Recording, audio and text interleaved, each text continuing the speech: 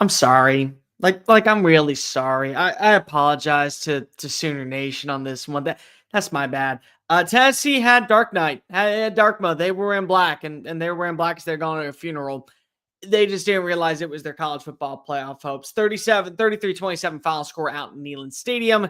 Let's go ahead and break this game all down. Welcome on into SEC Unfiltered post-game show. It's Cole Thompson. Like the video, hit the ring notification, and of course, subscribe to the channel because we talk college football every single day. We talk Sooners football. We talk Tennessee football. We talk grand scheme of college football. So make sure that you are subscribed to the channel.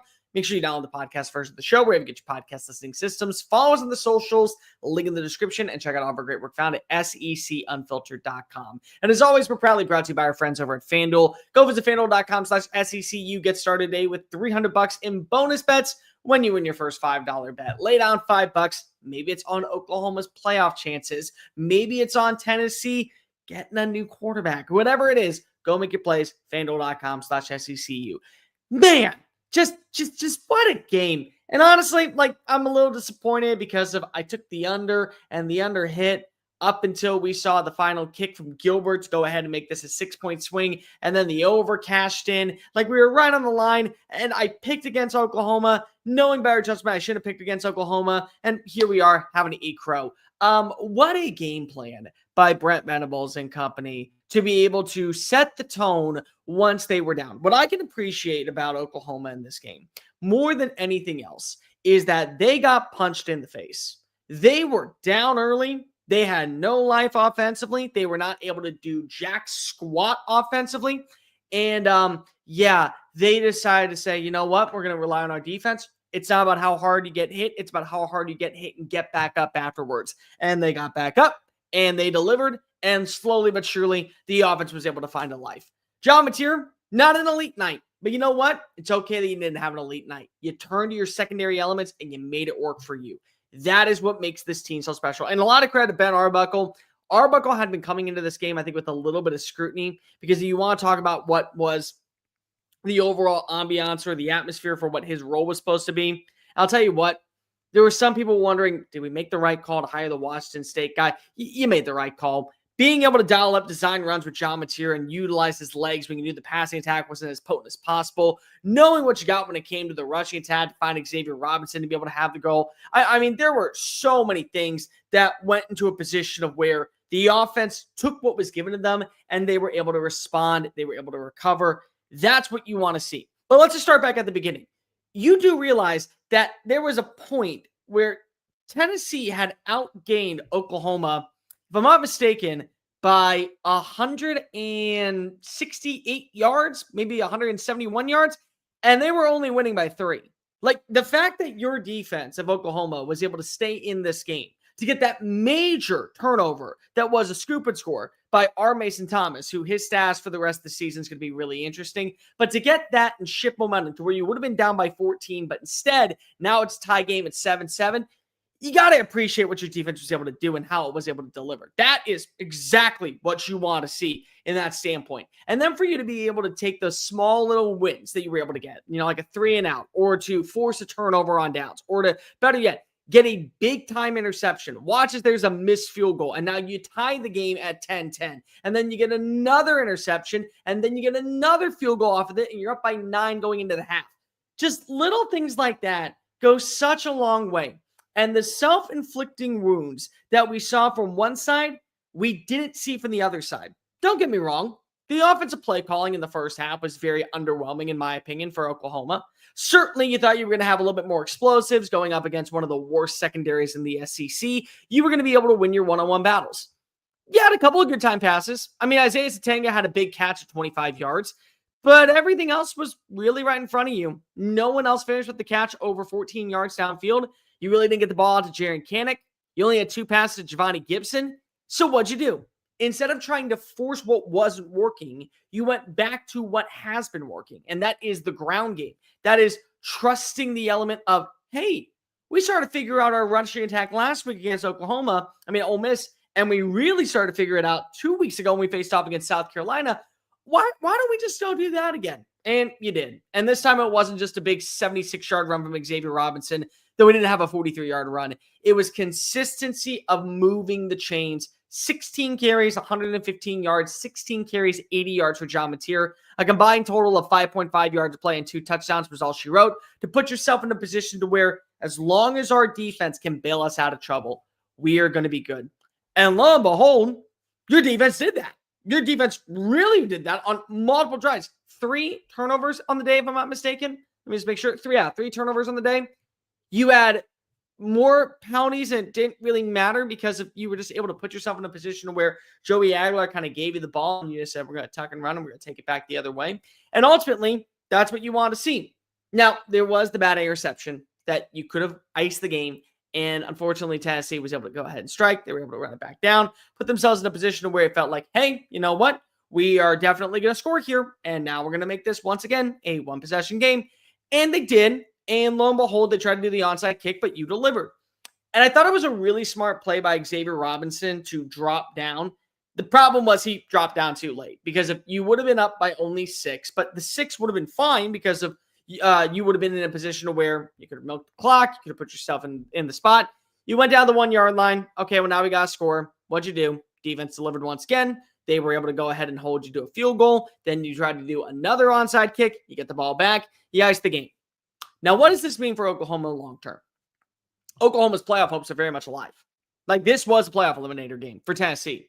It probably is a playoff eliminator game for Oklahoma if they were to lose it, but they didn't lose it. You get a bye week.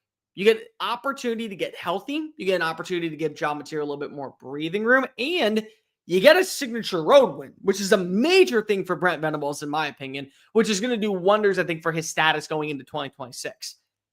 You then get to go face off against Alabama, who's going to be coming off of playing an emotional game against LSU. You then face off against Missouri. You then face off against, if I'm not mistaken, some random Joe Schmo team. Am I wrong? No, my bad. You then face off against LSU. So you've already placed your non-conference games. My apologies. You're going to win 1. You may win 2. 9-3 is probably not good enough to get you in the college football playoff, if I may say so myself. But 9-3 with this schedule is at least good enough to keep you in the conversation. A road win against Tennessee, a victory over South Carolina, a victory over Missouri, a victory over LSU, a victory over top 15 Michigan, which we got to go back and remember, victory over Auburn, which still doesn't look that good, but then losses to Ole Miss. Let's just say it was Alabama, and let's say Texas. And let's say Texas is the way their offense looked today. It runs the table. And let's say that Alabama doesn't lose a game doesn't lose a game. And now they're in the SEC championship. And then Ole Miss doesn't lose a game. And they also are in the SEC championship at 7-1. There's a case to be made that while it is almost impossible, and it certainly feels improbable, you could go to the college football playoff at 9-3. 9-3 is not going to get Tennessee there. But for Oklahoma, with how your schedule panned on out, it was certainly, I think, plausible is probably the right word, but it doesn't matter at this point because right now you're not thinking about going 9-3 and just surviving. No, what you're thinking about is, hey, our defense got 3 turnovers. We capitalized. We were able to put points on the board in every single situation. You guys remember that, right? Like, Tennessee had opportunities to score. They turned the ball over, and lo and behold, it led to a scoop and score. It led to a field goal and led to a field goal. So 13 points came off of turnovers. That's what you want to see when you face off against Missouri. That's what you want to see when you face off against Alabama. That's what you want to see when you take on LSU.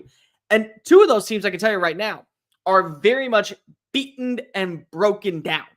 You can take advantages of them.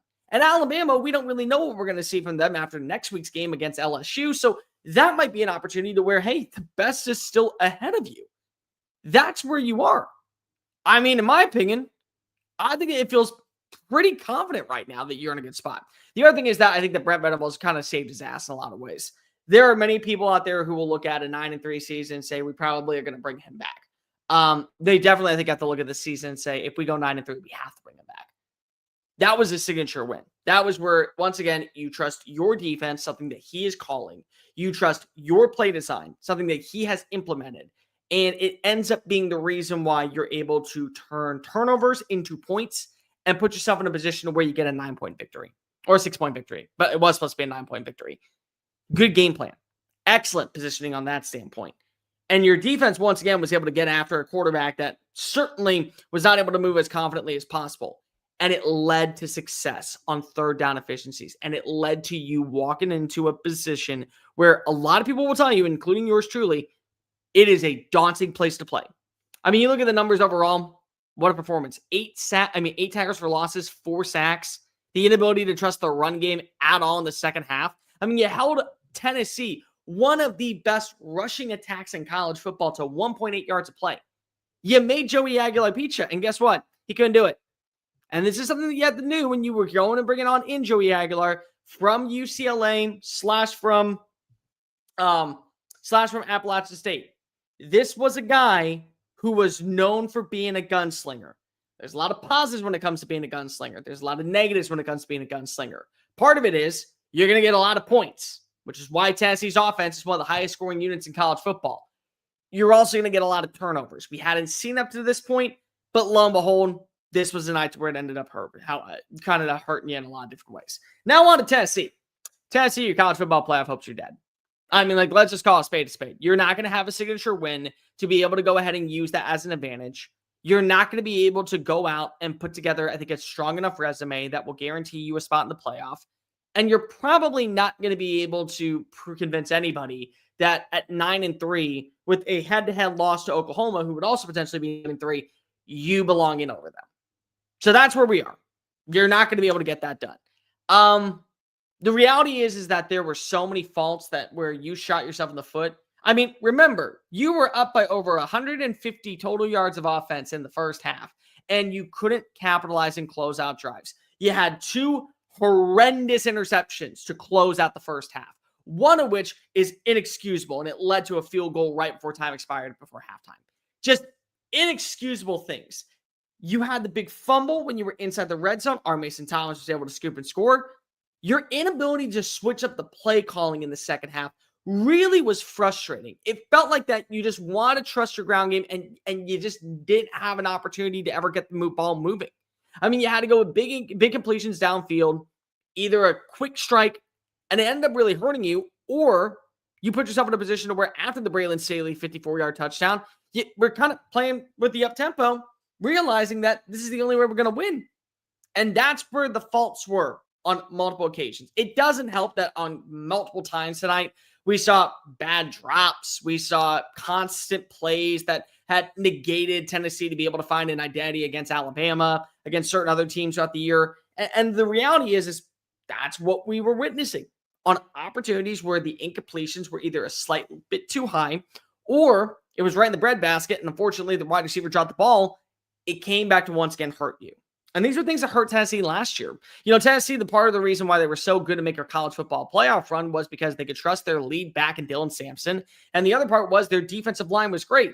And the defensive line was not terrible at times this year, but it certainly has not been at the same level. I mean, look at tonight's game overall.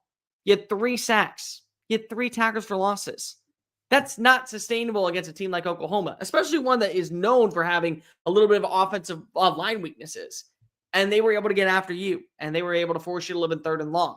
You weren't able to bring down John Mateer. One of the key elements about his game that makes him such a dangerous threat is that he can utilize his legs. The second chance opportunities to go ahead and strike, to put the offense ahead. And then, of course, to be able to tuck and run in and put in the touchdown late in the game just to be able to ice it.